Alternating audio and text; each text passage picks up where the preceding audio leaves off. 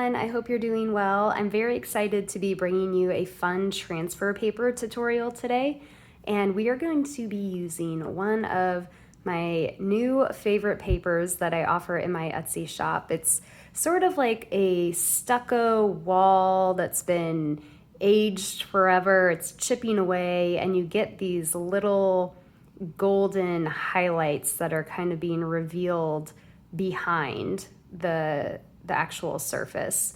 Very worn, weathered, aged, and it's just a really, really fun paper. So I want to show you a technique that will add a little bit more dimension to the transfer paper than you might be used to when you're just using a flat transfer paper. So in order to achieve the look that we're going for today, you will need your transfer paper, which I mentioned is available in my Etsy shop, along with over 100, maybe hundreds more. There's a lot there. You'll want whatever cutter you're gonna be using. I'm gonna use a nice big oval today for some statement studs. I also have a small brush. I have kind of like this little engraving tool. That's not the word, but I'm forgetting what it's called. I'll put it in the description. Got that on Amazon. And then you'll also just need some either mica powder or chrome pigment powder. Whatever you have will work, but you want it to somewhat match the gold color that you're going for in the paper. And then of course I just have some scissors to cut my paper to size. I have some Sculpey Primo in white, which is what I recommend using for these transfer papers, or if you have Cernit #1, that's another good choice. I probably would not use Sculpey Soufflé just because of the texture. You want a smoother texture on this for the transfer paper. You'll also need some water to actually obviously but to transfer the paper. And then I've got my acrylic roller, blade, pasta machine. So I've rolled my clay out onto a 3 and laid that out here onto my work surface. And now I'm just gonna look at my paper with my cutter and decide where I want to go with this. Obviously, these are not, at least this particular transfer is not a kind of like step and repeat pattern. It's a completely original pattern, meaning it's not broken into 4 similar quadrants or exact quadrants. So it's not the same pattern 4 times over, which some are a repeating pattern. This one is not. So you really get a lot of versatility and a lot of different options to make mismatched earrings, which is quite honestly my preference. So yeah, the good trick is to go in with your cutter first before you cut out however much you want of your paper, and then also make sure your clay is rolled out large enough for your cutter. So I like this area, so I'm gonna go ahead and go with that. So I just kind of tend to line it up here, cut, and then kind of line it up here, cut there as well. That way you have all this left over, you're not wasting anything, and you've got your transfer here ready to go. Now the way I like to adhere mine is place it face down, and then I just like to press in the middle and sort of rub out almost in a radial type pattern. So I go out to the sides, out, up and down, and then I go diagonal, and then I kind of fill in the gaps, and then I come in and almost burnish it with my finger. Go all the way out to the edges, don't forget those. And you're just getting it really nice and adhered to your clay. And then what I'll do is come in with my roller and very gently roll. Just making sure you get everything, and then I'll go in this way as well. So that should be nicely adhered. Okay, So now is the boring part and the really hard part for people like me, where you have to sit and wait. So I'm gonna wait for about 30 to 40 minutes. The longer it sits, the better it is, and it can sit for a long time without, it's not gonna bleed or anything like that. So be patient with it. You'll start to see that the plasticizer in the clay kind of becomes absorbed by the paper, which means the pattern on the paper is going to be more visible once it's been sitting there a little bit longer. So that's also a good indication that it's kind of working. So we're gonna let this hang out for a little bit, and we will come back to remove the paper pulp, and I'll show you how to do that. And then we will put our technique on top of that to get a really, really cool effect.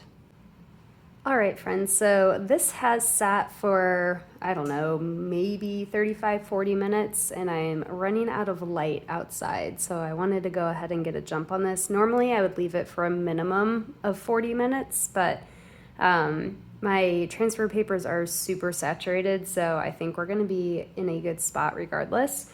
But normal practice, 40 minutes. So I've got some water here, and I'm just going to very gently pour this on.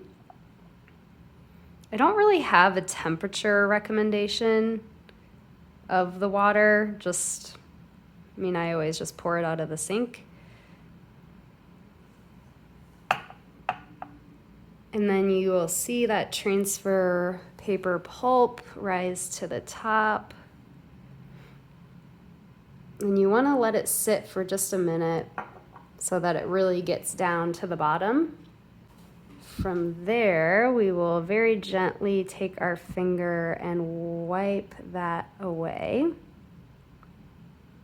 And you don't want to have a heavy finger on this, very light, because you don't want to smudge the ink. It will smudge if you're not careful, if you go in super heavy. But we got a really, really good solid transfer. This little piece was because we had paper hanging over the edge here, so that's where that came from, this little dark piece floating here. But yeah, so that is looking really good. I'm just gonna come in with a paper towel. I kind of like to go up against all the edges of my clay and sort of soak the water, the extra water up around the edges. That's usually my first move. And then I just kind of sweep the pulp away like so. And then make sure you throw this in the trash and not down your sink or anything. That's why I don't rinse it under the sink either. I see that on social a lot. People rinsing it straight out of the faucet, which is fine. Just don't let the pulp go down the drain, because that would be a clogging problem in the making. All right, now the one other trick that I like to do, I'm gonna add some more water again. Not a ton, but a little bit. And then I'm just gonna take a single sheet of paper towel, and I'm just going to kind of rub it across. And what I find is that that helps to pick up some of the remnant pulp that maybe I didn't get with my finger, and then I'm just ever so lightly going across the top, almost sweeping it as if this were a broom. Okay? And anything that you don't get off of the pulp, it's okay, because you will be able to take that off post-bake. So don't worry about it. Don't mess with it. If you can't get it, it's totally fine. It'll come off later. Okay, now my last move before we actually go into the technique is just taking a dry paper towel, and I'm not even putting pressure on this. I am just lightly running my hand across it. And that is all I'm doing. All right, so now I'm gonna take my little carving tool that I can't remember the name of, And I'm gonna find the areas that have that gold in them. So a little bit here, here, here, all through here, here. And I'll speed this up, but I'm just gently going to take this more pointed carving end, not this one, because I have a little more precision with this. And I'm gonna go in and gently carve out the areas that are gold to reveal the white underneath. It probably sounds counterintuitive, but this is all for the effect. So you want to make sure you don't go so far down that you're hitting the bottom of your clay or the bottom of your slab. You want to dig in enough so that you're going about midway through. And I'll show you this in real time, and then we will speed it up so that you don't have to sit through this entire thing.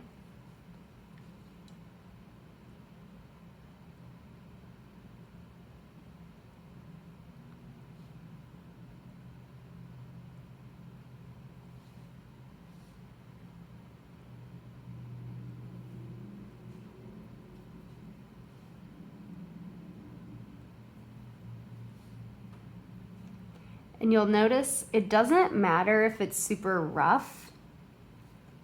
I'm not trying to make it really smooth or level, or I'm not worried about that. I'm just trying to get some of this clay out.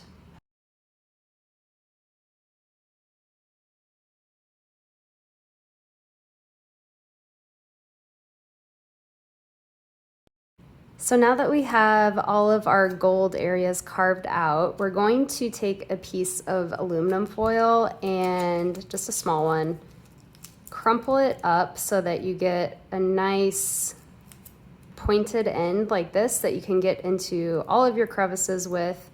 And we are gently going to press that into the areas where we carved out the clay. And all that's going to give you is a more textured surface so that you can't see those trail marks that your carving tool left. So I'll go ahead and add texture to all these, and we'll move on to the next step.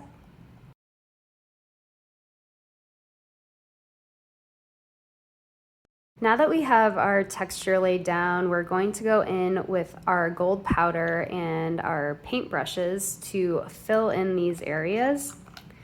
The trick to this is a little bit goes a long way. So what I tend to do is start with what I have just even in the cap.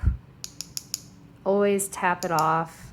And then I start with my bigger areas here and just lightly apply. You can always go in a bit heavier later, but just go in with a really light hand because you don't want to smooth away the texture you just created.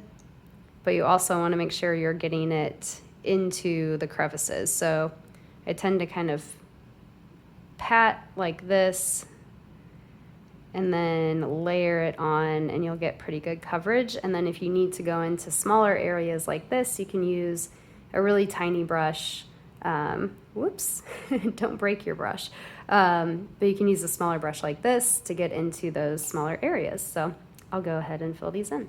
All right, now that we have our gold laid in, we are ready to go in with our cutter. Something that I do like to do with the cutter, just to ensure that we're not going to cause any sort of disruption with the ink of the transfer paper, is to add a bit of water, not too much, just a bit of water to a paper towel and press my cutter into that. So it's a little bit damp.